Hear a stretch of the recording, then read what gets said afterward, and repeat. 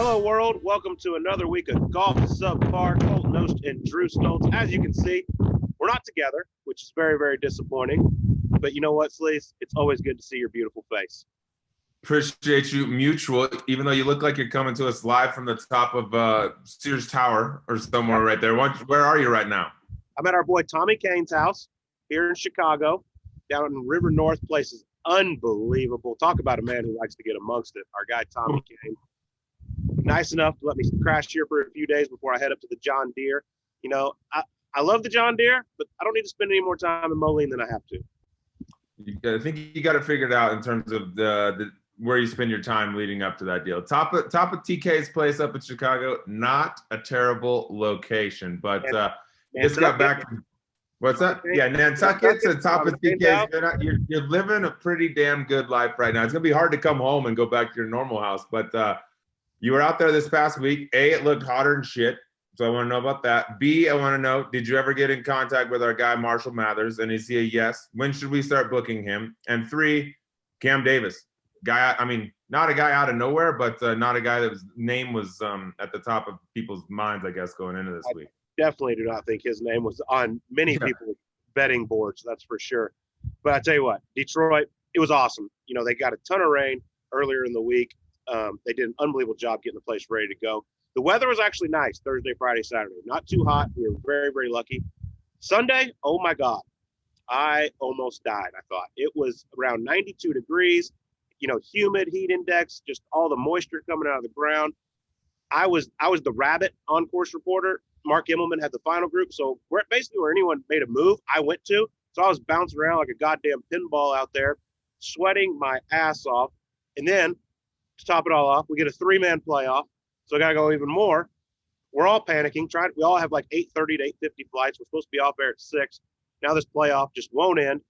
Oh my God, Sleaze. It was. And y'all, and the whole squad wore all black, I saw. And I was like, that's the thing. They do blackout. It's good for not showing sweat, but not good for not sweating. So catch 22. I mean, it was serious. If Troy Merritt made that par putt on the 5th playoff hole, we all would have been screwed, missed our flight, and had to spend another night in Detroit. But you know, unfortunately, he missed it. But good for Cam Davis. You know, this kid, I mean, what a beautiful golf swing. Dude, that thing's a joke. I mean, I'm sure everybody's seen the videos of him swinging it left-handed as well. It is really impressive. I would say might need to work on the putting a little bit. I kind of said it. I didn't say it on air, but like off air, I was like, you know, I think the only way Cam Davis wins this is if Troy Merritt messes up, because he just can't seem to make that clutch putt when he needed to. But you know what? He put on an unreal performance. Made only one putt over 20 feet the whole week and ended up getting the win. Yeah, it looks like he just swings the hell out of it and just ball strikes. We hit every green in the playoff, in the 5-hole playoff. Gave himself a bunch of chances. I thought it was over on the first playoff hole after he stacked that 9-iron in there again, almost exactly how he did at the end of regulation. Which, by the way, we didn't even talk about that. Finishing eagle birdie to get yourself into a playoff, pretty damn clutch. And Troy Merritt clutched up too. There was a lot of pretty, you know, good closing play down the stretch yesterday to get into that thing. But I thought Cam Davis had won it on the first playoff hole coming off the birdie in regulation. I thought he was going to get it done. But dude, that golf swing over and over doesn't look like much can go wrong with that. I believe at one point during the round yesterday, we had like 14 guys within one shot of the lead. Yeah. I was like, we're going to have a 2-group playoff here. I mean, it's just going to be nuts. But Cam Davis, man, this could get his career off and going. Won the Australian Open back in 2017, but this is his first, you know, big win, obviously, over here, and it's a game changer, a career changer for him. So, good. I mean, yeah, he's gonna never know. See him on President's Cups and things. He just looks like the prototypical modern day golfer. He's big and tall. He's skinny. He's long. His golf swing's perfect. But like you said, I think the putter, you know, I guess he can get better with that, but that's the only thing that he's really lacking right now. And he's still winning PGA Tour events without really holding anything. So pretty damn hard to do. But Colt, I want to ask you, because you were there on the grounds. My pick this week didn't turn out too good. Bryson found himself in the news again with a little caddy mix-up. The day before the event, caddy decided, you know what, not anymore. And they had to do a little switcheroo. Yeah, we know about it. So Tim has stepped away before, and then he's came back. This one was interesting. I actually talked to Tim at Hartford the week before. I had a Subpar hat on, and he's like, "What is that?" And I was like, "That's our podcast." He's like, "Have me on." And I'm like, "You know what? I actually think it'd be interesting. Our caddy episodes do great." and you Yeah, caddy it'd be one of the most great. interesting men in golf. I think it'd be awesome. He's like, I'd love to come on. He's like, he has a new business. He started a luxury bus company that gets you from Portland or the private airports in that area over to Bandon Dunes. He's like, can I promote my business? I'm like, more than welcome to. Happy to have you on. Yeah. So last week, Wednesday night, I go to dinner, and there's Tim Tucker. Comes up, and he's like, have me on your podcast now. And I'm like, well, they're not really here, but, we could figure something out. He's like, I want to come on. I got a lot to say. And I'm like, oh, interesting. Hello. I was like, did you quit? And he kind of looked at me like, he didn't say anything. And I was like, interesting. So he bought me a drink. I went over and had my dinner. And I was like, man, this is just weird. Like, I get a weird feeling something happened. The next morning, the news breaks that they mutually agreed to split ways. Yeah. Tim Tucker no longer there. Very interesting timing. A lot of people are like, oh, caddies come and go. I'm like, listen, here's the deal. He was there on Tuesday. He was there on Wednesday. Yeah. Players don't mutually agree to separate ways on Wednesday night. Exactly. So obviously something happened. I'm interested to see if it ever comes out with what exactly did happen. If Tim does ever come back, I don't know. But I'm very interested to see who the hell is going to caddy for Bryson DeChambeau, because there's not many caddies out there, in my opinion, that are capable of caddying for Bryson, because it requires a lot. It's a much different situation. It's almost like I think you need to go through like a little 2-week boot camp training to understand exactly what Bryson wants. You're gonna have to, it might take more than 2 weeks in a lot of cases. I mean, when you get everything that he wants, and also Cole, on top of like learning a new language, getting all his distances, learning his clubs, all that different type of stuff, the amount of hours that you work as a Bryson caddy is, I mean, more than anyone on the PGA Tour, I would guess. So he's got him banging balls into the, until it's pitch black at major championships. He shows up early, he stays late. It's just that job as a whole. Granted, it's a good paying caddy job. I mean, the guy's going to make a lot of money. You're going to participate in all of that. You can do a lot worse, but there's also just the time and the energy and the hours you got to spend with him out there. I think it's got to be the hardest, in my mind, probably caddy job on the PGA Tour. And it takes a very specific type of dude to be able to do it, to learn all that shit, like you were saying, to get it exactly the way Bryson's going to want it before every single shot. I think that takes a long time. So as soon as I read that on Wednesday, I saw that on the news, I was like, well, no way Bryson's going to have a week this week. There's just too much brain. His brain's going to explode after all that. Yeah, it was a tough situation, obviously. I mean, he relied on, and people kind of, because on the broadcast I said, I was saying how he relies on Tim Tucker so much, and everybody's like, oh, you think he can't play without Tim Tucker? And I was like, I didn't say that. What I said was he relies on him a lot. Like, they go over everything. They have a weird formula, the way they come up with numbers and all this. He's very involved in the green reading, everything. And now he's doing it all on his own. So I thought he was going to struggle last week after all that happened. But like I said, it's just like a security blanket. Like, you're used to having something there. You can go through all this stuff, your checks, you like it this way, you like a 125 flighted or whatever their little terminology is that they use. They're just a reassurance, like, yeah, that's the right thing. And then you got somebody that's never done it and probably can't speak the language that you like using. It's I kind of, as soon as that happened, I was like, well, maybe not the week to pick Bryson after all. Huge betting favorite too. Yeah. I was talking to some of the caddies out there. They were like, who do you think's going to get it? And they're like, listen, there's going to be a lot of guys apply for this job. But there's only a handful that are actually capable of doing it. So I'm excited to see. I mean, he's got the match today, which we'll see. It'll be interesting to see who's on the bag for it. But moving forward, I mean, we got the Open Championship next week, and he's going to have somebody carry his bag. Better figure it out, pretty damn quick. So he ain't got a whole lot of time. I want to clear all the rumors right now. I've not been contacted at this point, Colt. That's all I'm going to say at this moment. At this moment, I am not Bryson's caddy, period. You stole my next question, but thank you for go ahead and clarifying that. Okay. Well, I'll tell you what, one man who does not have any caddy issues, Jon Rahm, the U.S. Open champ, our guy, he's been on the Golf Subpar twice. You win a major championship, you get to come back again. We sat down with him for a very special U.S. Open edition of Golf Subpar. All right, well, before we get to our guy, Jon Rahm, I want to tell you about our friends from Rokform. Sleaze, best speakers on the market. We love these things. They came back because they love getting amongst it. Strongest magnet I've ever seen. They're waterproof. Tell them what else they do.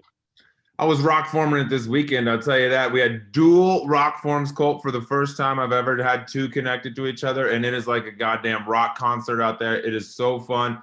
These things are the best. It started raining on us a little bit too. They're water resistant. Don't worry about any of that. But if you're going to get a speaker, you like to have a good time on the course, like to get amongst it, you need Rokform, period. I tell you what, Sleaze, if your service goes out, you can't get to your Spotify, your iTunes, whatever, it's got an SD card on the speaker, holds up to 5,000 songs, so you can always continue to get amongst it. Go to Rokform.com, enter code SUBPAR for 25% off.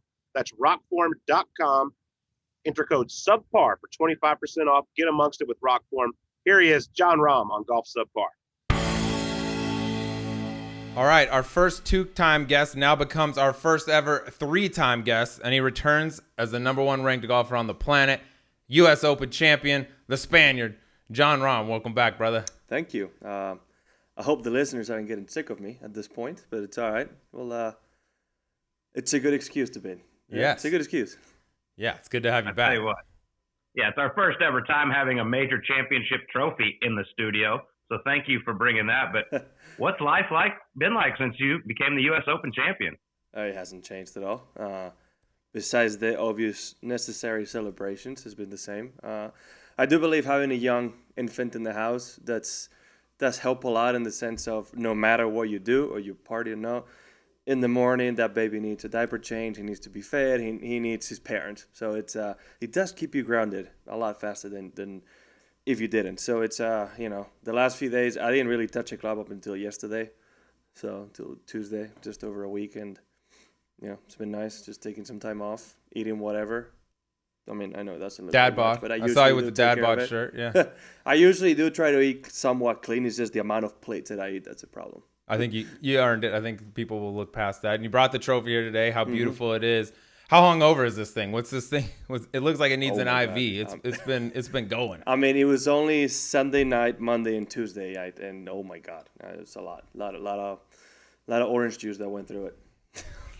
a lot of orange. Yeah, that's right. That's right. Yeah, get that vitamin C. I like that. There we go. But you had a celebration Tuesday night at Silverleaf when you got home. I know the Sleaze was in making an appearance. Tell us a little bit about that. I know Ben Herman was filling that thing up with some nice tequila for you. Yeah, it basically, I arrived. Ben took the trophy, and it was his trophy for the rest of the night.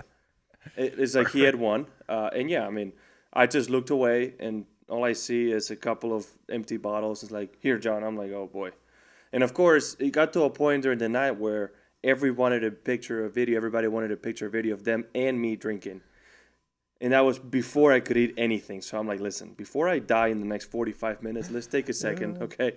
Let me get some carbs in me before, something bad happens. And but it was a great night, honestly. It was really fun, especially in a closed environment. There's no judgment, and well, things got a little wild. Those glow-in-the-dark golf balls. I mean, dude, there was some people hitting that should have not been hitting, dude. And I got scared. Like I was hiding behind people because I was like, I'm not going to be the one getting hurt here. Because, I mean, come on. You hit it out of a brick. And people there was that little rock wall, 5 yards in front of it. Cole, I don't know if you saw it. Like, it was, what is it, 2 feet high, 3 feet? It's not high, but you're also hitting off bricks. Exactly. And there was the one dude got up there. He had a broken leg. He rolled in on the little thing that rolls his leg around with a cast on. He hit it and hit the wall. Oh, is that what it was? So it was post-surgery cast.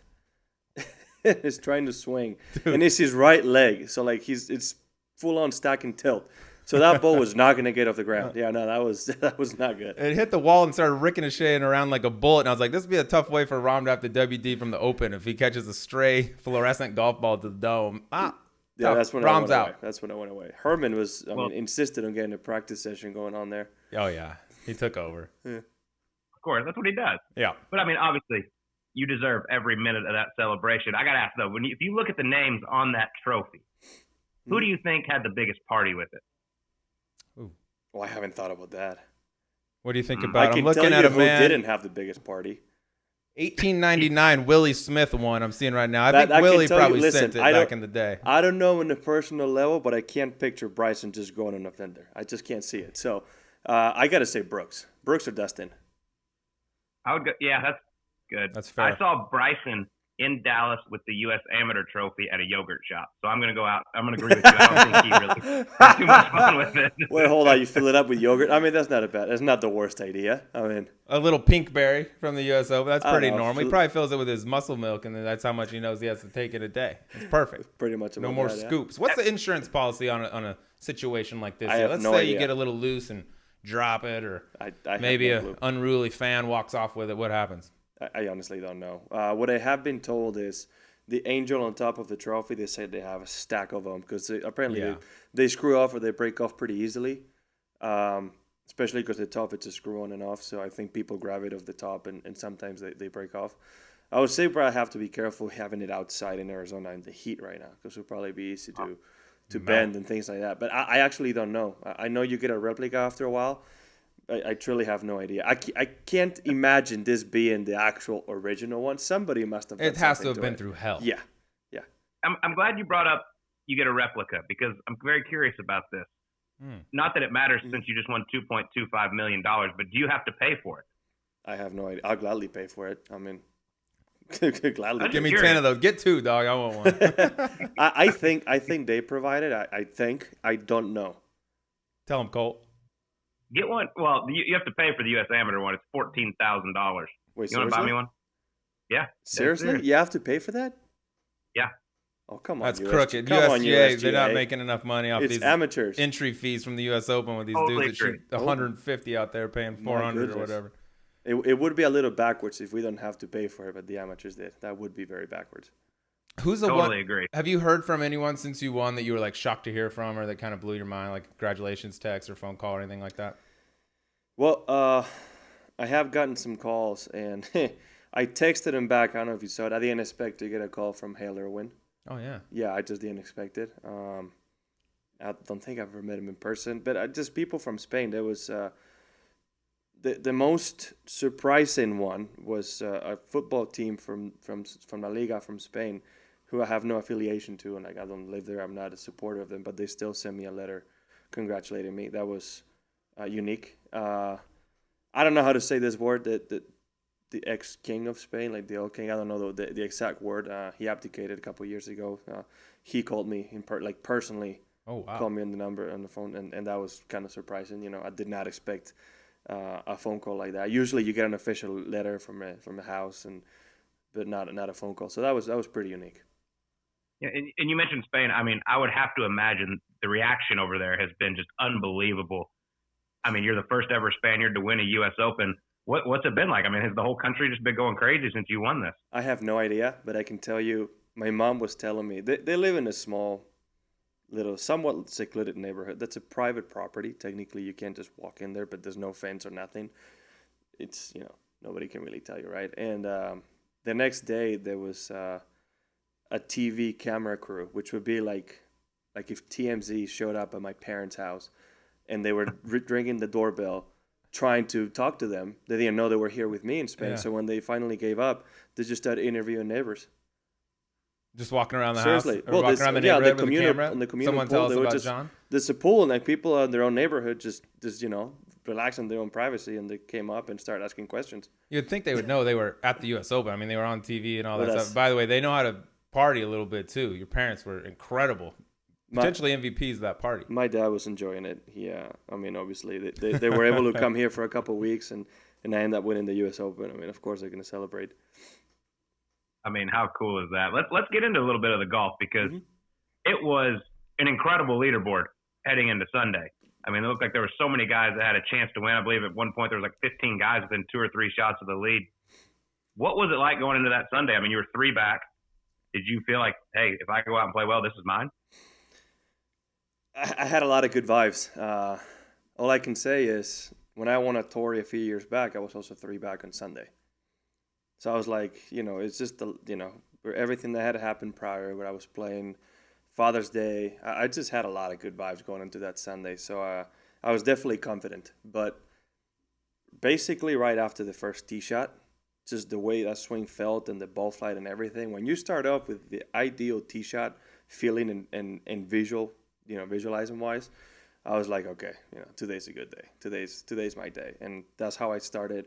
And you know, that's how I played the whole day. I mean, I played one of the best rounds of golf I've ever played. And even the holes where you can say I was a little bit off, like 3, 4, and 5, it wasn't like he was crazy off. Like 3 was a good shot. I just missed just the win, and he was a foot off being great. 4, same thing, both the driver and the second shot. And 5 was just, you know, I mean, the right place to miss. The only other place I could say that I really was a missed shot was 9. 9 would be the one that was, you know, a bad swing. That was a huge break. Yeah, that was one of my questions was number 9. I mean, you hit that ball and you hit it way left over the fence. Did you immediately think it was out of bounds? We couldn't tell. We didn't know. So in our view, it was just like about 4 or 5 yards left of the bunker. It was nowhere near the OB, but it hit the tree and ricocheted left. So we couldn't see that. We didn't see it land. That's why I hit a provisional, because I was assuming that was an out of bounds fence. Like, even on the Farmers, I had never seen anybody go left. So I was like, everybody goes way right, and I think it's because we all think it's OB. And when I get there, and it's like, you know, it's what was the term? TIO. I was like, well, went through the possible drops and actually ended up, you know, getting really lucky of being able to drop it on basically on an area of dirt, not even in the rough. I could have hit 3, but if I felt like it was really, you know, perfect lie. So the layup was a lot easier. Your situation at the Memorial got so much attention and so much media across the world, honestly, with the COVID stuff that happened. And then the way you handled that, taking the high road, not placing blame on anyone like that. I think you gained more fans by going through what you went through than you might have had you gone on to win that golf tournament.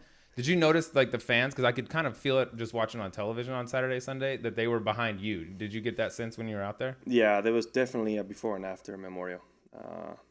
Definitely big difference. And it's probably the only time in my life where I think I've gotten more congratulations for my press conferences than my actual play.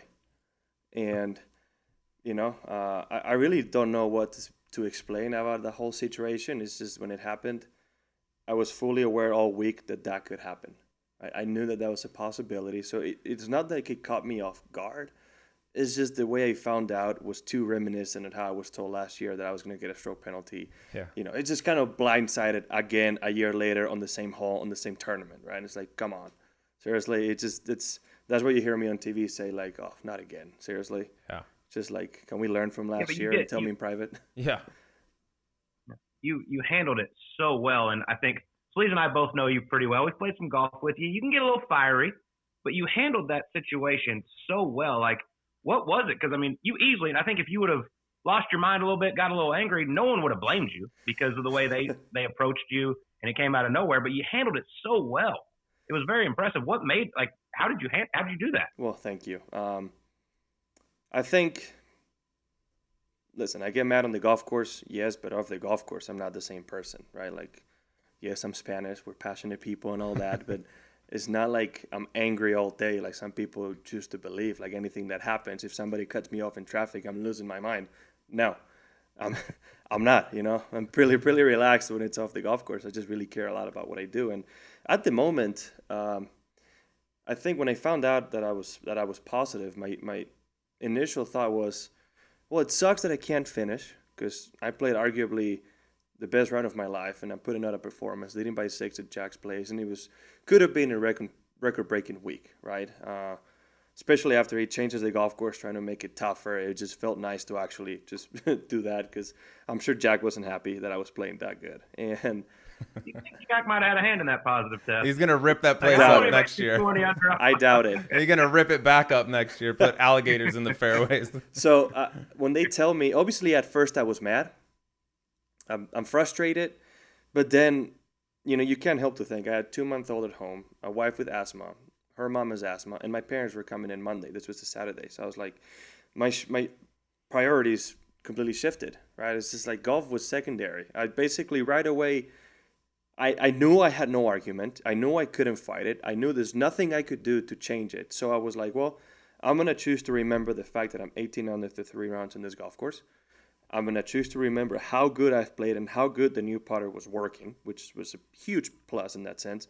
And I'm going to forget about golf, act like the tournament ended today, and move on. And my priority, again, like I said, was Kelly and my family and making sure everybody was okay. And once everybody was okay, negative test and all that, trying to get back home and isolating. And that's all I could do. I mean, this just, it's not like I could have made a case and, maybe play on Sunday. It was not going to happen. There's rules. There's COVID rules for a reason. We are in a pandemic. So I just, in a split second, I knew there's nothing I could do. And I basically accepted it. I was never resentful or blamed anybody. It's just, it is what it is, period. It could have happened to anybody. It happened to me at that point. And I was just so focused on getting healthy for the U.S. Open and more than that, to be able to see my parents and spend time with them. I think the hardest thing out of all this is not being present with my parents, met my son for the first time. Yeah, and I think that's why you gained so many Jon Rahm fans that week that maybe were indifferent or whatever before. They saw the way you handled that, and like, I like this guy, and I think that's why so many people were pulling for you at the U.S. Open. But you mentioned like the power of positive thinking after the U.S. Open. Is there something that sparked that? Was that the memorial, or was that something else, or like what kind of led to this like mental transformation, I guess, if you want to call it that? No, I've always been very positive, but I think this case was a perfect example of shortly before a big event, something like this happens. And I've also mentioned from some of the biggest setbacks, you can have some of the biggest breakthroughs, right? So, and I say the power of positive thinking of just telling myself, I'm okay, I'm positive, I have COVID, I'm hoping I'm not gonna get too sick because I know it can get sideways very quick. And I was like, let's stay positive. Like, I'm gonna play the Open, I'm gonna be able to do well. Kepa's gonna be okay, Kelly's gonna be okay, my parents are gonna be okay. It's all gonna be okay. And I kept reminding myself that, and even at home, I never got too desperate. I was bored as heck in my bed because I couldn't do anything, but I never got desperate. I always stayed positive, and I always did everything I could do to, try to get the virus out of me. I was spending, I don't know how much time in the steam shower, just trying to sweat it out and trying to get things out of me. Like, it's just, you would think I'm going through a detox or something. I mean, it was unreal. The amount of hot showers I was taking, just trying to get things out of me. And I think that was the key for my first negative was my swab, my PCR on Thursday afternoon. So literally 5-6 days after I test positive, I got my first negative. And that was a huge thing because I'm like, well, if I get negative on the next one, I can actually go to the tournament early enough, because if I had to wait the 10 days, I would have been able only to arrive to San Diego on Tuesday afternoon. So just staying positive, good things happen. So being able to hit balls a couple of days before, even traveling helped. I played 18 holes with my parents. I hadn't played with both my parents in the same group in maybe 10 years. So that was a great thing just for the soul itself. Just to play. I played terrible, but I had fun with them, being able to get some workouts. And then the U.S. Open week, it's almost crazy to think that because of everything that happened, is like I had an alibi, I had an excuse. If I played bad, well, I had COVID. Yeah, whatever. Yeah, interesting. Very, very true. Yeah, but I mean, I've never seen you so calm on the golf course, especially with having a chance to win. Like the back nine, I mean, it just looked like nothing was going to bother you. You're playing beautiful, beautiful golf. Were you looking at the leaderboards at all and knowing where you stood coming down the stretch? So I didn't want to look until the back nine, but like Drew said, there was so many people pulling for me that week that everybody was telling me where I was standing. Like, obviously, I know when I birdie 1 and 2 that I'm one back because they haven't even teed off yet, right? So I know I'm one back in that sense. But then, after everything, I make my par on 5. Like, hey, this happened. You're one back. And I'm like, thanks. I don't want to know. Yeah, shut up. Yeah, and it was, I think, on 9 after the break when, I knew Bryson had birdied 8. I knew he was at 5 under. I'm like, he's going to birdie 9 because for him, it's reachable, unlike the rest of us. So that's when I chose to actually start looking. It was a 9 when I made the birdie. I looked. I knew Bryson was at 5. I looked back. I knew he was laying up, and I saw his shot into the green. I saw he had that 12-footer. So I was like, you know what? Game on. I'm one back. I was like, if I can make it through 13 even par, it's a good score. It's tough to make it even par through those 4 holes. And I'm including 13 because when you have a 610-yard par 5 with that rough and that pin location, a par is good. Yeah, a lot of people lost it right there. A lot of people didn't get through that stretch, and that's where it weeded into, you and Louis coming down the stretch. And then 17, 18, obviously, that's where all the fireworks happen. Looking back on it now, is there one shot during that 2-hole stretch that got your nerves up more than any other shot during that stretch? Well, the one I was feeling it the most. Bunker shot in 17. From the fairway? Yeah, just with the because, lip right there? Yeah, it's a gap wedge, and if it was an 8-iron, I'll be less concerned. It's not the lip itself, but with an 8-iron, with the cavities, at least you can actually somewhat mishit it and still maybe get it on the green. With a gap wedge, the difference of being 20 yards or 20 yards long, 20 yards short of the pin is not that big on the swing. So that was the key, especially because it was that downwind, right? I'm like, if I thin it and it just goes with the wedge, it's going to go long, I'm screwed. If I chunk it, it's not the easiest up and down. So that's the one I was the most nervous about. Did you even pay attention? I don't know if you noticed, I'm sure you had to see it, but there was a ton of grass from like somebody's divot right behind your ball. Oh, I know. We could see it. We could see it off the tee, and I told Adam, dude, is that grass? Like, what's going on? Can I move it? And I was literally about, this far past it? Yeah.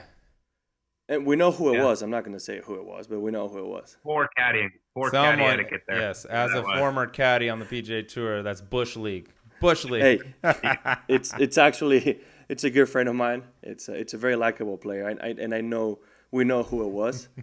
And it's very unlike his caddy to do something like that. Very unlike him. Well, the fact that it played out the way it did makes that a little easier for him to swallow. If it had been sitting right there in the divot, he might have been like, "Oh my God, I just changed history." Well, I know you can move the grass, but I would have to be really careful. That'd be tricky. Yeah, with all that. Now that would have been. I don't know if I would have been able to hit it inside 35 feet if I have to hit it from the grass. So I don't know. Well, then you mentioned you hit a great gap wedge, and then you have this putt on 17 that breaks 4 or 5 feet downhill, left to right. More than yeah. Okay, more. Yeah. You can take us through it better than we can. I was just on my couch watching it, but I mean, what was the heart rate like? What were the emotions like when you saw that ball starting to break towards the hole? Well, obviously, I'm very concerned about the speed. Right? It's like, I can get away. Like, I'm still at 4 under. I can still par birdie and give myself a chance to win because Louis was still on 13 or 12, right? I mean, it's just, and I wasn't hearing any roars behind me. So I'm like, well, they're not really going for birdies back here, right? So I knew I had a chance.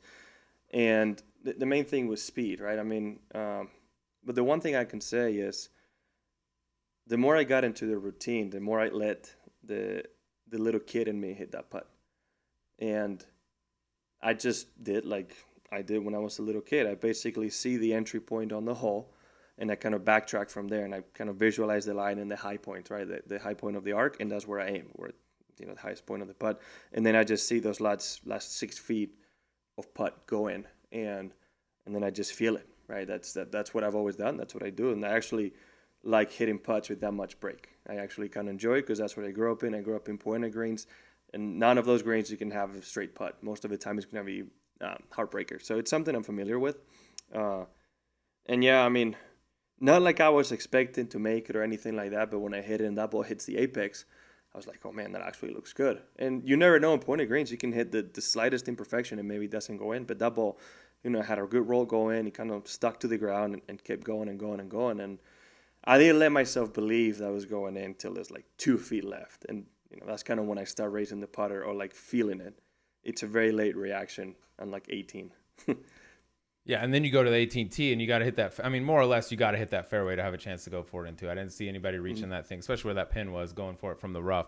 How hard was it to get yourself calm after all that and the uppercut and everything? How hard was it to get your heart rate back down to settle in and hit that shot, that tee ball on 18? Yeah, not that bad. The guys in front were still on the fairway, so waited a little bit. And it's a tee shot I hit good all week. It's a tee shot that really fits me. I mean, it's straight left to right wind to a fairway that slopes right to left. I'm like, for a fader of the golf ball, especially with how good I hit it that day, I basically aimed down the left half of the fairway, kind of took a little bit of a step left and swung as hard as I could, fully knowing that if I mishit it, I'm going to be in the right bunker, and I still can go for the green from that right bunker. I still have a chance. There's a play, and I basically just let it go. I went as hard as I could. Yeah. Well, it was worked. A thing of beauty. And I got to ask you, because I believe you hit 4-iron for your second shot, correct? Yeah. I mean, for most of us mere mortals, that's really not ideal with anything on the line. But, water in play, missing it right's not the greatest thing. And in my mind, when I watched you make that golf swing, like that was one of the purest strikes I've ever heard you had. It just looked like you just pushed it just a hair. That was the best swing all week. You absolutely flushed. That's what I thought. Yeah. So It's crazy because all week I hit good tee shots, and that fairway kind of has a dip, and then he goes to a downhill, right? And all week I'd been standing on that downhill with no chance of hitting really that front part of the green all week, which, I mean, I'm in the fairway, right? I'm not going to complain. But just that day, that ball stayed enough on the upslope where I didn't have to worry about height. So I'm like, perfect. And the wind's whipping pretty hard left to right, but the trees and the grandstands kind of block you a little bit, so you can't feel the true strength of it. So if you see the shot, you have the pin, and then you have the two TV cameras on the left. So I'm playing a straight shot at the TV cameras. And it was about as flush as I could hit it. That thing starts at the TV cameras, fades about 2 yards, and hits the apex. And I'm looking at it like, well, this is going to fall pretty much straight down right on the pin. I'm going to have 20 feet for eagle. And it just keeps drifting and drifting and drifting. And then, I mean, it was still very little just right off the green. It was a really, really good shot. It's just the wind just got it a little bit more than I thought it was going to for how good I hit it. But again, I mean, it's just sea level, that thick marine layer. It happens. And then, it was a really good shot that ends up getting not a great bounce, in my opinion. Works to the little bit of a downslope on that third shot that you have. Not the greatest lie of all time. You got up there and you hit that bunker shot out to the right pretty quickly. Did it ever enter your mind to go at that? Would you have even done that? Is it just impossible, or like Thursday morning would you have tried to go at that flag or no? Nah, it's no chance. Yeah. The only chance I had to keep it on the green was hitting the pin if I go at it, or landing it just off the bunker, which it's an unnecessary risk when I'm tied for the Open, especially knowing that Louis had, at that point, I think it was on 14. So like he still has to go through 15, 16, and 17. Right? So it's like, I mean, I just had to give myself a chance. That was it. And I was feeling confident. I mean, I've been putting good all week. It's not like you're going to make good long putts at Torrey Pines, but if you see all my putts on the back nine, I mean, I'm burning edges all day. So, again, I chunked it slightly off the bunker, so it landed more on the downslope, and it didn't get quite as far up the slope as I wanted to, because that would have rolled back down maybe a couple more feet and given me a less of a breaker or less of a downhill putt. But still, I mean, we're talking 3 feet. It's not like I had much of a choice. But I mean, and then you have this putt to, post 6 under par, and you have a little bit of a history on this green. Mm-hmm. Yes. One that, I'm very happy for you, but the first time you made one there, it kind of pained me a little bit because I knew my pocket was about to get a little lighter. But that's a story for another day. But take us through the birdie putt on 18, because it's, in my mind, I mean, it didn't break near as much as 17, but it kind of was nice that it had the same shape, though, left to right, and about the same distance. It was a smaller version, yeah. Just slightly smaller version. Very similar putt, though. I mean, I think I aimed that one maybe 2 to 3 feet left. The other one was more like 5, 6, maybe 7. I don't really remember exactly, right? Couldn't tell you. But same thing, just less break. Very, very similar. And I can tell you on this one, as soon as I hit it, before I look up, it felt so good. I'm like, that's in. That's why when I start seeing and I look up and I see that ball rolling, exactly what I visualized. I mean, the day ended the way it started, with the most visualized shot, the closest to the visualization that I've ever had in my life in 2 shots in a tournament like that. And usually you're lucky if you hit one, right? I mean, I had that second one, and 10 feet left. You can see I'm like slowly kind of believing, like, oh my God, it's coming in. Yes. Yeah. Yes. I mean, that one definitely, as soon as I hit it, thought it was in. Took that hard right turn, and you didn't know what Louis was doing at the time, but in your mind, as you're standing over that putt, do you think this is to win the U.S. Open? This is to give me a playoff at the U.S. Open? What do you like? Was there either of those going through your mind? Like, this is honestly, either to win or to get into playoff? I don't know why, but that day I was thinking more in numbers. So when we got a 14 and I missed that short putt on 14, which was actually a good roll, it's just kind of got a little bit of a bump. I told Adam, 2 4s, 2 3s, we win the tournament. Simple as that. 15, 16, 17, 18, right? Doesn't matter the order. I couldn't care any less. Just 2 4s, 2 3s. And yeah, I mean, I made 4 on 15, 3 on 16, and 3 on 17. So honestly, I was just thinking on 6 under. I wasn't thinking names. I don't think I ever thought about names. I was just trying to get to 5 under. Once I got to 5, let's get to 6 under. And that's all I was thinking. I thought 6 was a really good number because Louis had been basically defending the lead most of the day, or most of the last couple hours, and he was about to find himself one back. So that's a tough switch to change right on the spot, especially in a U.S. Open when you can get a little tight because of the fairway. So I was just thinking numbers. And, I mean, you had an incredible reaction, the fist pump, the crowd was going nuts. Looking back at it, which reaction do you like better? Your one at the U.S. Open or your first win in 2017? Because both were epic. It's different. I mean, they're very different. That putt I made on the Farmers was unexpected. Like, you're trying to make it, yes, but I was trying to hit it as close as possible to the hole. And I think it was more of a surprise reaction in that sense. And 2 putts would have been enough. I like this one better is because I had to make it to give myself the best chance possible, right? And it's a makeable putt, and I don't know. It's also a U.S. Open, so yeah. I mean, I would say this one was a little bit bigger. And then you go to the range, getting ready for a playoff. You don't know if you're going to be in one or not. Where were you? What were you doing? And what did you think when you found out Louis drove it into the penalty area on 17? So our good friend Jason Gore actually took me into the USGA little headquarters they had. And he took me in there, and at first he took me into his office where cameras couldn't get to me for a little bit because I just needed 5 minutes to try to calm down. And I watched Louis play 15 and 16, or 16 hit it on the green. I went to the bathroom, and then is when I stayed out, and the cameras were on me. So there was a 5-minute gap, maybe a little bit more, where you couldn't see me. It was because of that. I just needed 5 seconds for myself, drink some water. And then, I was in that little headquarters, and I watched pretty much 17 tee shot. I saw he went in the water before I went to the range.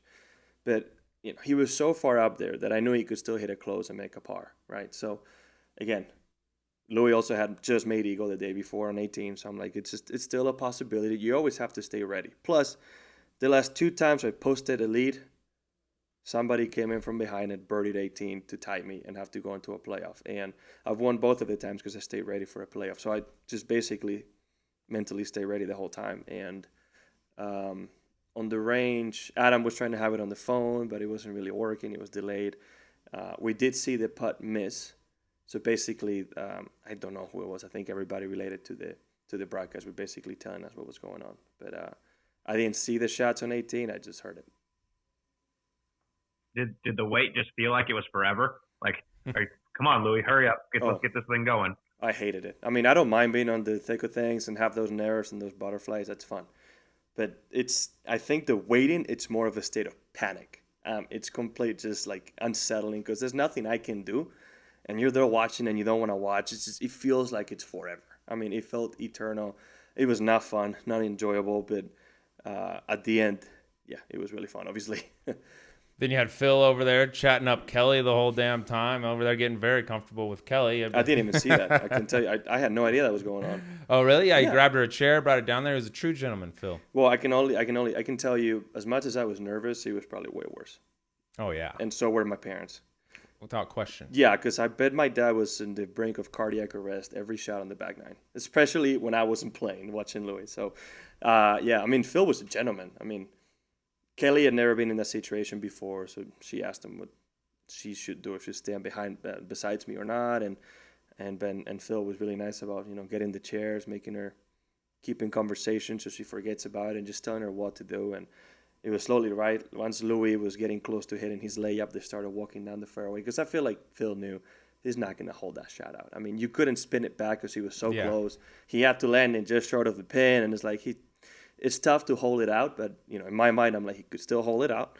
And they slowly started coming up, and when I saw her, it was like 5-10 seconds later when they told us that he had missed it. Plus, we heard a little bit of cheer. But you never know what's going on. It could have been Mackenzie Hughes hitting a good shot, right? So you don't know.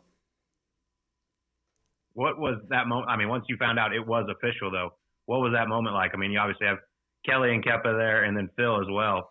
And that had to be just one of the most special moments of your life.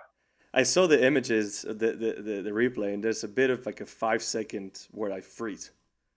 Where they tell me it's over, and I freeze, and I'm like, I couldn't process it because I just couldn't believe it, right? I thought what everybody thought is like, cannot believe that where I was 3 weeks ago, or 2 weeks and a little bit to this point, what's happened. And the fact that I went at Torrey Pines and Father's Day and everything that happened those few weeks coming in together, I just couldn't believe how much of a fairy tale ending we had. And yeah, I mean, it was pretty incredible. Dude, it legit was like a fairy tale in the way with what happened at Memorial. Then you coming in Father's Day, Kepa's there, your wife's there, your parents are in for the first time. You hadn't seen them in forever. You may win 10 plus more majors in your career. Is there is there any way to top this one? I mean, what else could possibly be involved for this? Oh, that one was better than Torrey. I doubt it. It's not normal, and not to toot my own horn and everything, but when you see 2 birdies in 17 and 18 to win a U.S. Open, it just doesn't happen. I know Jack did it at Pebble, but he had a 3-4 shot lead. Tom Watson did it at Pebble as well, and he had a 1-shot lead. I don't know if it's happened many times before where somebody comes in from behind and birdies the last 2 holes. It just doesn't usually happen. You don't usually see it. You've seen it at Augusta. A couple of people have done. I think it was Mark O'Meara. I remember Arnold Palmer doing it as well. It can happen in other events. It just doesn't usually happen in the Open. Phil did it at the Open Championship in Muirfield. But now you don't see a U.S. Open, right? Typically, it's not a place where you're going to make birdies down the stretch. It's kind of like a bogey that might save you or hurt you, right? So I think it's going to be hard to beat everything combined, especially the fact that it was at Torrey Pines, which is our favorite place. It's your spot. Yeah, it's our spot.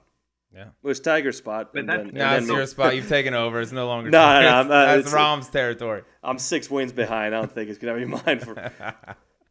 You can co-share. That shows me, it's like your golf IQ is so high. Like you know the game.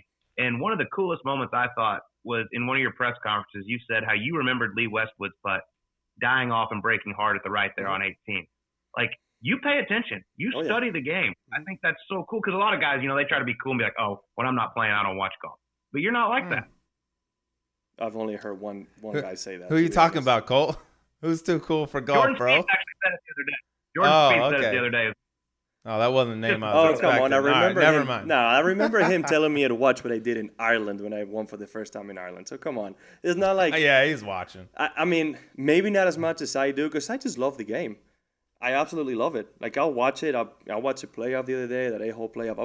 I'll watch the whole Sunday, the whole broadcast of every single day. I just love it, and especially kind of flashbacks if we're going to a tournament where I haven't played before. I did it in college, kind of like, that's the thing of, man, I want to be there someday, and I want to, learn from those guys. I've seen Tiger's final round at Pebble in 2000 30,000 times.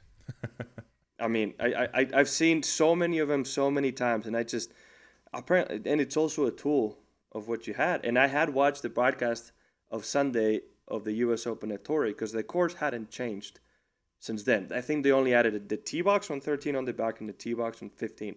The greens were exactly the same. So you can actually get a bit of a sense if there's a common theme on people on certain greens. So you can actually get an idea of how to play certain things. Maybe strategy, not really, because I'm comfortable at Torrey. I'm pretty much going to hit driver everywhere. But around the greens, you can get an idea, and that's something that stuck with me, Tiger also said once that his putt took a lot longer for it to break than he thought, and it's because that green at the end kind of faces, from my angle, faces towards the back. So that's why his putt didn't really break that much towards the water, because it's a little bit more towards the back of the green right there, more than it looks. And that's why Lee's completely died off to the end. So I knew that if I hit it with perfect speed, it was going to come in sideways at the end. And if you see, the putt has a little bit of pace to it. So I wanted to have, 1 to 2 foot past speed just so that wouldn't happen. I don't know. That's just something I remembered. It's just not that I'm thinking about it on the moment, but afterwards I'm like, oh yeah, I remember kind of visualizing it because I saw Lee's. It's kind of weird. And when they show highlights of the U.S. Open and Torrey Pines 50 years from now, you're going to be right next to Tiger Woods and his putt in 08 and yours this year. It's a little bit different. We need to birdie it to win, to go into a playoff. You have a broken knee. I mean, that's always going to be more special. Just because of the situation. Hard one to top, but it's still going to be right there. But now that you've won one, did it take you longer or shorter than expected to get your first major? Or right in line with what you thought? I mean, I'm not going to put guidelines or I would say as a perfectionist and I am, longer. I wish it would have been earlier. I mean, trust me. It's if one thing that happens in golf, when you've played at a high quality game or tournament for 2, 3, 4 years, is that you get put on that best player to never win a major list very, very, very quick. And I'm like, guys, it's been 5 years since I played my first U.S. Open, 20 majors. It's like, are you supposed to win a major always that quickly just because there's 4 guys that did it? Right? I mean, I know JT won early, Spieth won early, Tiger obviously won really early, but then you have many cases where somebody like Tom Kite, he won in his 40s for the first time. It's just, Phil, Sergio. I mean, Ben Hogan didn't win his first till he was in his 30s and then won 9, right? It's just there's so many cases where it just doesn't happen when you do it that early. And not that I would say it's earlier or later, but it was at the right time. It's so cool, everything that's happened. But I got to ask, what's been the best moment with the trophy off the golf course? I don't know. I haven't thought about it. Like, you mean, have you had your cereal out of it? I mean, no, you put your kid in. I saw you trying to stuff Keppa in there. I tried, but if you open if you unscrew the top, there's like 2 little things that come out that are pretty pointy, and I was like, I'm not gonna try to get him in there and hurt him. He's for his age, he's extremely tall, so like his feet are touching the bottom. Like he doesn't really. He's big. Fit. He's a big. How many months now? What, 3? Yeah, 3. Dude, he's big and he's damn near standing up already. I was holding him with Herman, which, by the way, it's terrifying you let Ben Herman hold your baby, but I was like, this kid's ready to go. There's one baby holding another baby. It's Good point. Yeah. He looks. He's the happiest person on earth when he's holding that baby. Oh, dude, he's giddy when he's holding that. Yeah, he does. He likes to stand, like push his legs and try to stand. He's strong. He doesn't know how to control his feet, so they kind of go all over the place. But he tries to. He's already the betting favorite for the 2040 U.S. Open back at Torrey Pines, from what I'm told. Or he'll be an Olympian, well, in golf or in other sports. Whatever the hell he wants. The genetics, he's going to have his pick of the litter. I do have a video coming in mind. It's a wine I was gifted by a friend. Oh, heck, people probably saw it. Phil was probably seen holding a bottle of wine, waiting with Kelly, right? Like, he was holding a bottle of wine. And it was really nice wine that he gave me. Did not expect it. So I got permission for him, because I know all the wine drinkers of the world are going to be so mad at me for doing this, but I'm going to decant it in there, and we're going to drink it out of that. What is it? And it's going to be me and Kelly. I'm not going to say what it is for the video, but we probably wouldn't even know. But it's... No, you know it. You know the brand. It's known. It's just not. If it's from Phil, yeah, it's probably pretty nice. Yeah, it is very nice. It is very nice. I've never had it. Are you at all concerned, John, that you'll never win big golf tournaments or be world number 1 unless you learn how to control your emotions? Until you get that, dude, you're not going to win shit.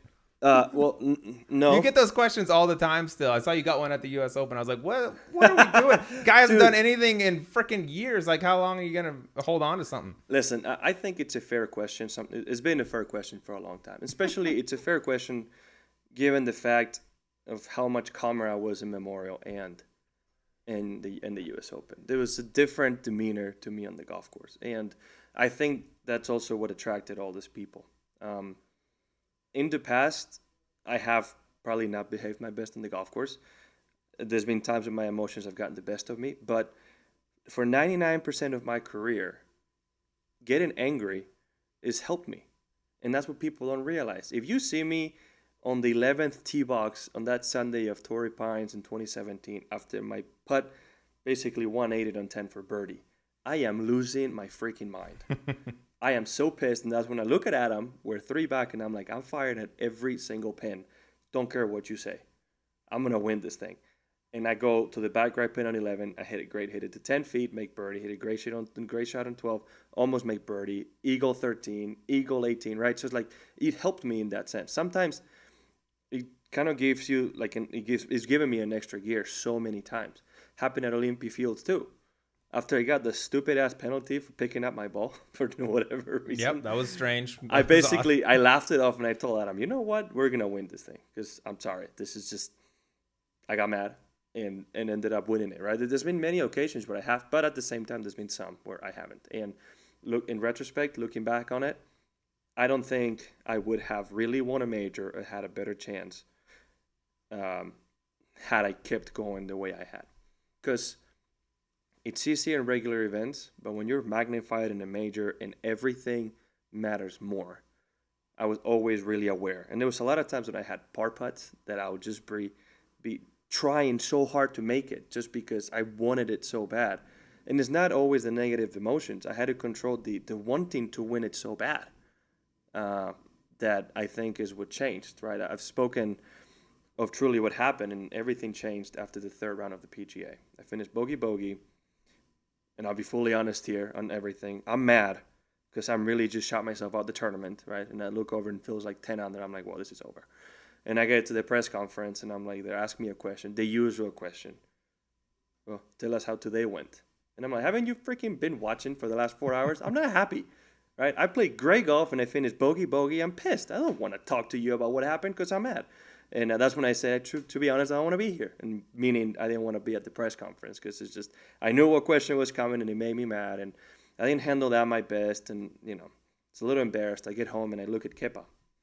And I'm like, I'm aware that I've been a role model in the past to people, but not in a direct way like this. I look at my son, who's 2 months old, and is smiling and playing with me. And I'm looking at him like, to this guy, it doesn't matter if I win 15 majors, 17, 65, or saying it badly, I shit the bed the next weeks of my life. He truly doesn't care. And I was like, you know, but what I can do is be a good role model for him. He's going to learn from what I do. He's going to see what I do and try to copy me. He will learn from me. So I have to try to be the best role model possible for my son. And I didn't tell anybody this. I don't think anybody knew. I made a deal with myself. And that next day I went to the golf course, started playing, and I was feeling the exact same way, but game-wise. But for whatever reason, mistakes just kind of just float through me like nothing had happened. Like I remember on one, I hit a great tee shot, hit a great wedge shot that lands next to the pin and goes long, and I struggle for par. And I look at my caddy and I'm like, man, that was a great wedge shot. When in the past, I probably would have complained and tried to blame somebody else, right? And I don't know, it's just, I think all this 7 years of work I've done with my mental coach, trying to get ready and try to improve, which is, you know, there was steady improvement. There's always setbacks. But I think I had one of those moments of realization just by looking at my son. And I feel like everything that I learned kind of clicked. And after that, the golf I've played has been unbelievable.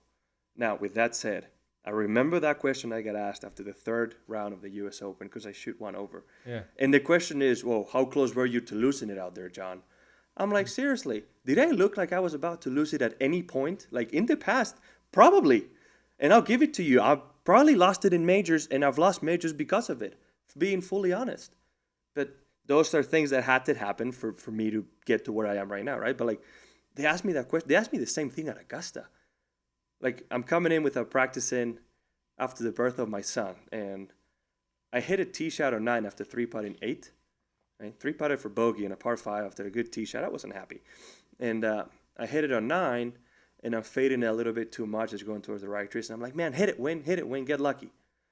And after the round, they're like, hey, man, you know, you got mad over there on 9? I'm like, I got mad? Yeah. What do you mean I got mad? Like, in that round, Saturday round, I was like, man, I was not happy with my swing, but I was never losing it. I mean, God, it's a U.S. Open. It's a hard golf course. And I do also think it's fair for them to ask the question. They need to write. They need to try to sell. And sometimes some media can be really quick to just make a thing your thing, right? Like mine is getting mad. Phil's is hitting bombs and doing crazy things, right? Others might be another thing. And that's what they talk about. Why else would they always talk about Bryson every single day about him hitting drivers, right? It's just the one thing they categorize you on, and that's what they're going to talk about. And I'm always going to get that question. And there'll be better days and there'll be worse days, but I definitely saw a shift from that PGA. And if you see the competitive rounds I've played, that Sunday of the PGA till Sunday of the U.S. Open, there were some pretty good rounds of golf. Because, I mean, none of those courses were easy. None of the conditions were easy. And I've been able to play really good in all of those. So that's a little story, you know. Yeah. They say in Spain that a baby comes with, they say bread under their arm, like a little, like a present under their arm. And for me, it's not the U.S. Open. It's, I believe, the sense of presence and priority. Like, I don't know. It just happened to where if something happens, something that might have bothered me in the past, I'm like, eh. Yeah. Like, it's his the priority. As long as he's okay, I couldn't care any less. It's like, whatever. It's the biggest perspective changer you can have on the planet, without question. Without question. Well, John, it's been awesome. I mean, that's so cool to hear. I know we're so proud of you here at Golf Subpar. You've been great with us. But when are we going to see you again? What's next? When are you teeing it up? So I'm leaving soon, a couple of days going to Scotland. So I'm going to tee it up in Scotland, play the Open afterwards, and then the Olympics. And I've chosen to not go to Memphis, most likely not going to go to Memphis because I feel like it's a lot of flying. Luckily, I'm high enough in the FedEx Cup to where I don't have to stress about being up there come to the playoffs. So I'm going to take those 2 weeks off before the playoffs because then we have playoffs, Ryder Cup, I'm defending in Spain. And, you know, I have quite a bit going on in the fall as well. So I'm gonna take that week off. Plus, I'm not gonna lie, being at 100 and humid like it is in Memphis just doesn't sound good. I don't blame you in the least, and you got the Open Championship coming up. Back to back ain't cheating, dude. Back to back ain't cheating. You go get two in a row, brother. We'll try, yeah. We'll be rooting for you. You know, for people, it's a little. I have a little bit of a history with that too. The first ever tournament I played in the UK was Royal St. George's. So the first ever golf swings I made, I think I was 14 on the links golf course, was Royal St. George's, Royal St. Ports, and Princess, I think it is the other golf course around there. It's a very different golfer than I was 12 years ago. But a little bit of a vibe going on there. I'm hopefully looking for some redemption from that tournament and playing a little bit better. A little history, a little good vibes. Well, best of luck to you, dude. We appreciate you so much for coming on, man. Congratulations. Don't puke in the trophy, or do. Who cares? No, God no. Thank you so much for coming on. I know you're in high demand right now, so we appreciate you coming on Subpar. 3-time guest, brother. Appreciate you. I'm always going to prioritize you guys. Come on, man. You're the best. That's why we love you. Love it. Love it. Jon Rahm, your U.S. Open champion. All right, well, that was our guy, Jon Rahm, the U.S. Open champ. Sleaze, I was very jealous I didn't get to be there in studio with you, John, and the trophy. The trophy was there. Trophy was looking good. I was shocked that they hadn't, you watch the Open Championship and they got the claret jug and they're etching it in there as the guy's winning. I thought that once you took the property or the trophy off property, it would have your name on it. But John's not on there yet. You got to send it in and get it. But, I mean, dude, holding that trophy like you've been able to do as well, it's really cool. Just think of all the freaking talent that's been on that trophy. And then just the one night that I've hung out with it, I'm like, God, there needs to be a documentary that follows around these major championship trophies and just shows the life of the trophy, because it's going to go through some wild shit over its time. Yeah. And you mentioned the engraving part. Even when I won the U.S. Amateur, you're responsible for getting it engraved. They don't have somebody do it. So I'm like, I could just put Slapdick 2007 on there, and there's nothing you can do. Yeah, make it size 28 font, 10 times bigger than everyone else's. Drew Stoltz. Yeah, I mean, I just thought they would have done it like the claret jug or whatever. But his will be on there, and like I said, that trophy, that thing has to go through hell. There's got to be a lot of some insurance on that thing, because I mean, everyone that touches it, it's like the highlight of their year to party with it. Yeah, and I'm very interested to hear if he has to pay for it. I thought Jeff Ogilvy told me it's like $9,000 and they just kind of take it out of your check. But I need to know that if the U.S. Open champ gets one for free and the U.S. Amateur champion has to pay for one, when you don't make any money for it, it's ridiculous. Yeah. And just, can we just not make you pay for trophies at all? If you win a USGA event, can you not just throw that in the entry fee or something? I mean, the guy just won $2.25 million. Maybe you chunk him the Lakers don't win the NBA title, and then you win the MVP, and it's going to be $15,000, LeBron. Yeah. Sorry about the MVP trophy. I mean, what are we doing? Give it to him for free. Man, so cool. Our first major championship for Golf Subpar. Love having John on. He is just a fantastic interview. One of the most open guys out there, and always enjoy sitting down with him. And look out for him at the Open Championship next week. Might just go back to back. Be interesting to see if the Arizona State Sun Devils can keep this little trend up. They won back-to-back majors. Maybe Paul Casey slides in there and keeps it going. They're thumping. Yeah, PC right now. I mean, he ain't too far off in any of these things, so he's got a chance too. But yeah, I wouldn't bet against Jon Rahm right now. He's feeling himself in as he should. The golf game is noise right now, so it's going to be fun to watch over there across the pond. All right, well, let's get to the gambling part of the show. We've got the John Deere Classic this week. Not the strongest field in the world. The week before the British Open, only 4 of the top 50 in the world. Sleaze, last week, you went with the heavy favorite, Bryson DeChambeau. And obviously, we know what happened with the caddy situation. Absolute disaster. Missed the cut. I had a decent week with Jason Kokrak with a tie for 12th, but very disappointing back 9. Should have made a lot more money, but you know what? It is what it is. I know I made up a little bit of ground. Producer Mark, how are those standings looking now? Yeah, Cole, you made a dent this week, not a big one, but you're down below $1 million. The lead is shrunk to $873,719. All right, so very, very doable. Crunch time. And the purse is bigger this year at John Deere. It's $6.2 million, where in the past it's been around $4 million. So a chance to make up some ground. I have the honor, and like I said, only 4 of the top 50 in the world there, so kind of slim pickings. But I'm going with the guy who's won here. Has played 9 events Since the Players, he's played 9 events. He has 8 top 20s and 1 miscut, and that was at the PGA Championship. Seems to just be up there every single week. Brian Harman, the little bulldog. Yeah, the little bulldog. He just seems to not be doing anything wrong. Just drives it straight, hits it on the green, makes a lot of putts, occasionally misses. It seems to be over and over right now. He is in a very nice form.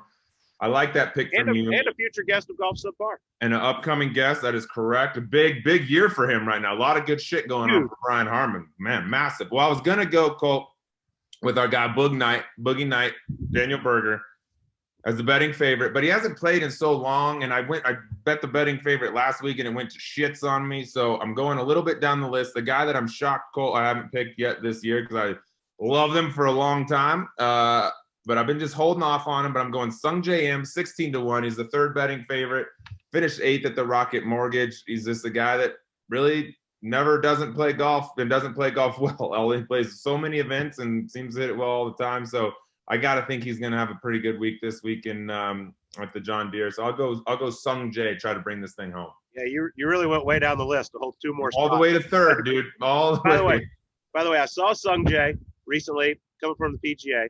I mean, he's the Iron Man of the PGA Tour. Plays 100 weeks a year, it seems like. He goes up to the TSA pre-check line and gets denied. He doesn't have TSA pre-check. Had to go through the regular line with the common folk. I'm like, Sung Jae, what are we doing here, my man? I mean, you can make an argument that he doesn't even need to be at a commercial airport right now. But if you are, dude, get pre-check or get clear. You should be on clear at least. Like, he spends more time in airports than probably any human in professional golf, and he's got to just check in regular. That hurts me. I do pre-check, and I am nowhere near the amount of travel days Sung J M has. So Sung Jae, you got to tighten that up. I hope that doesn't affect him at the Deer, bro. It might be still. It's a short flight. Short flight, Detroit to Moline. He'll be fine. Good point. All right, well, that's going to do it for us. I know we promised you Jason Gore last week, but we had this special Jon Rahm episode come up. We couldn't hold on to it. We had to put it out there. So next week, our guy Jason Gore will join us on Golf Subpar. Everyone have a great week. We'll talk to you next week.